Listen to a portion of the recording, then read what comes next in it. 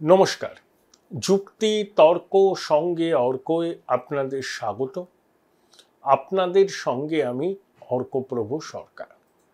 28শে June থেকে 30শে June দিল্লির AKG ভবনে সিপিএমের কেন্দ্রীয় কমিটির বৈঠক হয়েছে। সদ্য সমাপ্ত লোকসভা নির্বাচনের ফলাফল বিশ্লেষণ করে সিপিএম বলছে যে এনডিএ জোট এবং ইউপিএ জোটের প্রাপ্ত ভোটের শতাংশের ফারাক 2% কাছাকাছি, আর দুই জোটের প্রাপ্ত আসনের ফারাক হচ্ছে মাত্র ওরা পেয়েছে 293, 234 পেয়েছে ইন্ডিয়া, ম্যাজিক ফিগার থেকে 38টা কম। এখানে মজার ব্যাপার হলো বাংলাতে তৃণমূল কংগ্রেসের বিরুদ্ধেই লড়েছে ইন্ডিয়া জোটের বাকি দুই শরিক সিপিএম এবং কংগ্রেস। তৃণমূল অপ্রত্যাশিতভাবে 29টা আসন পেয়েছে। অনেক আশা সত্ত্বেও সিপিএম এবার খাতা খুলতে পারেনি। জনবিন্যাসের সুবিধা নিতে গিয়ে মোহাম্মদ সেলিম মুর্শিদাবাদ আসনে লড়ে জিততে পারেননি। অনেক ঢাকঢোল পিটিয়ে বাম কর্মী সমর্থকদের মনে আশার ফানুস জাগিয়ে সুজন চক্রবর্তীও মুখ থুবড়ে পড়েছেন দমদমে। খাতা খুলতে পারেনি বামেরা। কিন্তু সিপিএম এতেও আনন্দ পাচ্ছে। তৃণমূল 29টা আসন পেয়েছে, সেটাকে যোগ করে তারা বলছে যে আমরা 234, অর্থাৎ তৃণমূলের আসন জয়, অপ্রত্যাশিত ফলাফল বঙ্গ সিপিএমের কফিনের শেষ পেরেকটা পুঁতলেও আন্তর্জাতিক সিপিএম আসলে তো ভাবনায় আন্তর্জাতিক, ভাবে তারা সর্বভারতীয়, আসলে আঞ্চলিক।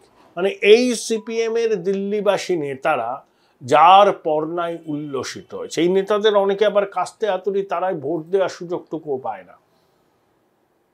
তারা তৃণমূলের 29টা আসন প্রাপ্তিকে বড় করে দেখিয়ে যেই আসন তারা পেয়েছে বাম কংগ্রেসকে দুর্মুষ করেই রাখছে। তাও তো কংগ্রেস একজনের সাংসদ জিতেছেন, ঈশা খান চৌধুরী।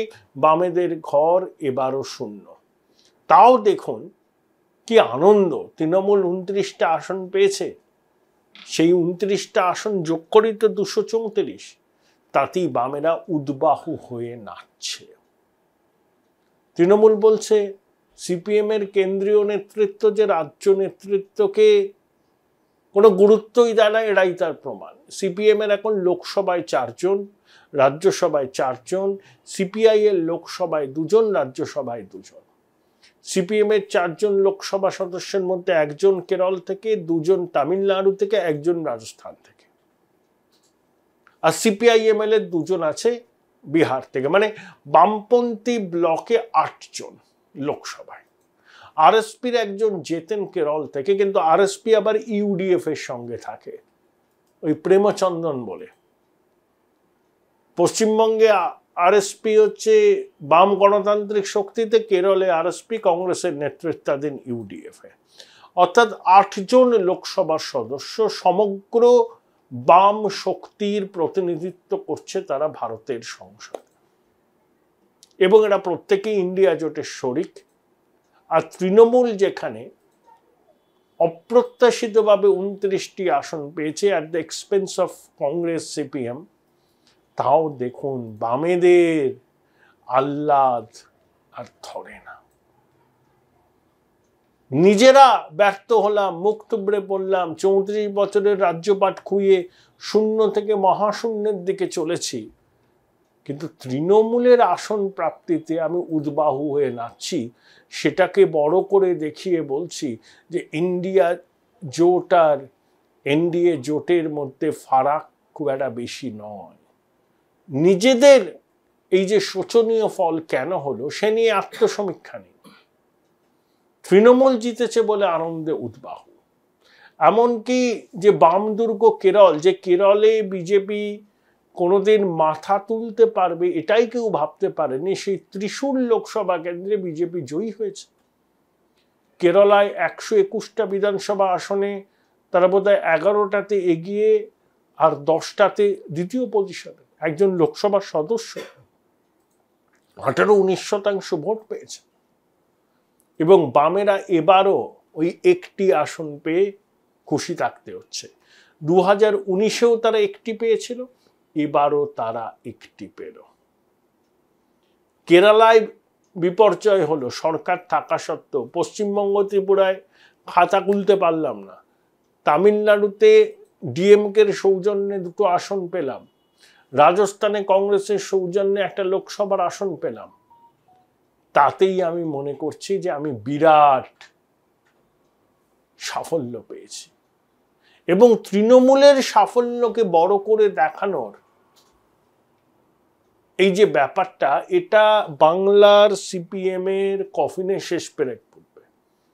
সিপিএম এর যারা সমর্থক আছেন তারা যখন দেখবেন যে সিপিএম এর কেন্দ্রীয় নেতৃত্ব তৃণমূলের 29টা আসন প্রাপ্তিকে বিশেষ গুরুত্ব দিচ্ছে, নিজেদের শূন্য হয়ে যাওয়ার দুঃখ তাদের কাছে খুব একটা বেশি নয়, তাই বাংলার তৃণমূল বিরোধী জনতা যারা এখনো বামপন্থী রাজনীতি করেন তাদের কিন্তু মোহভঙ্গ হবে। তাদের একটা বড় অংশ যতটুকু পড়ে আছে, যারা এখনো বিশ্বাস করে সিপিএম এর রিভাইভাল হবে, তারা কিন্তু এবার পদ্মমুখী হবে।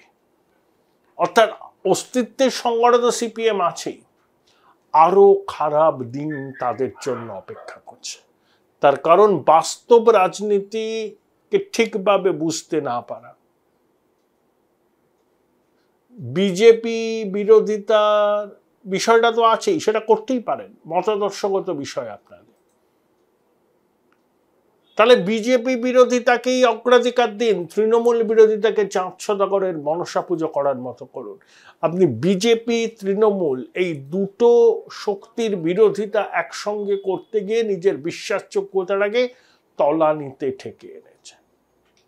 তৃণমূল বিরোধী জনতা আপনাদের তৃণমূল বিরোধী আক্রমণকে বিশ্বাস করেন, কারণ তারা মনে করেছে যে আপনাদের পক্ষে তৃণমূলকে হটানো সম্ভব না। আবার যারা বিজেপি বিরোধী তারা মনে করেছে বামপন্থীদের পক্ষে বিজেপিকে ঠেকানো সম্ভব নয়, তাই তাদের একটা অংশ গিয়েছে আবার তৃণমূলে। তাই আপনাদের আমও গেছে, ছালাও গেছে। আগে বলতেন বিজেমূল বিজেমূল, এখনো বলছেন, ওই যে তত্ত্ব যে ধোপে টেকেনি, এবার অন্তত আপনারা বুঝবেন। অনেক উজ্জ্বল ছেলে মেয়েকে ভোটের বাজারে আপনারা দামিয়েছিলেন, যেমন সৃজন, যেমন সায়ন, যেমন দীপশিতা। হ্যাঁ, এদের অভিজ্ঞতা হয়েছে, বয়স অল্প, চলার পথে ভুল ভ্রান্তি শিখতে শিখতে এরা রাজনৈতিকভাবে ধীরে ধীরে পরিণত হয়ে উঠবেন। আপনাদের যদি খুবই তরুণ প্রজন্মকে তুলে আনার ইচ্ছা থাকতো, তাহলে মুর্শিদাবাদে আপনারা মীনাক্ষীকে প্রার্থী করতে পারতেন। সেখানে জনবিন্যাসের সুবিধা নেবেন বলে আপনাদের রাজ্য সম্পাদক প্রার্থী হতে গেল। মুখে ধর্মনিরপেক্ষতার বাণী আওড়াবেন, আবার জনবিন্যাসের সুবিধা নিতে মুর্শিদাবাদে গিয়ে প্রার্থী হতে হবে। পশ্চিমবঙ্গের মানুষ এত বোকা না। পারতেন তো আপনারা কোনো তরুণ ছেলে বা মেয়েকে ওই মুর্শিদাবাদ থেকে প্রার্থী করতে এবং তার পক্ষে প্রচারে পক্ককেশ নেতারা ঝাঁপিয়ে পড়তে পারতেন, কিন্তু না। সংসদীয় মোহ, সংসদ সর্বস্বটা ওই পক্ককেশদেরও গ্রাস করেছে। মুখে তারা বলেন মানুষের সঙ্গেই আছে, কিন্তু সংসদ সদস্য হওয়ার লোভ কি সামলানো যায়? তাই একটু আশার আলো দেখেই জনবিন্যাসের সুবিধা নিয়ে রাজ্য সম্পাদক চলে গেলেন। পারতেন না ওখানে কোনো নতুন মুখকে লোকসভায় প্রার্থী করে নিজেরা তার হয়ে প্রচারে ঝাঁপিয়ে পড়তে, নির্বাচনী কৌশল রচনা করতে পারেননি। তার মানে আপনারা চান।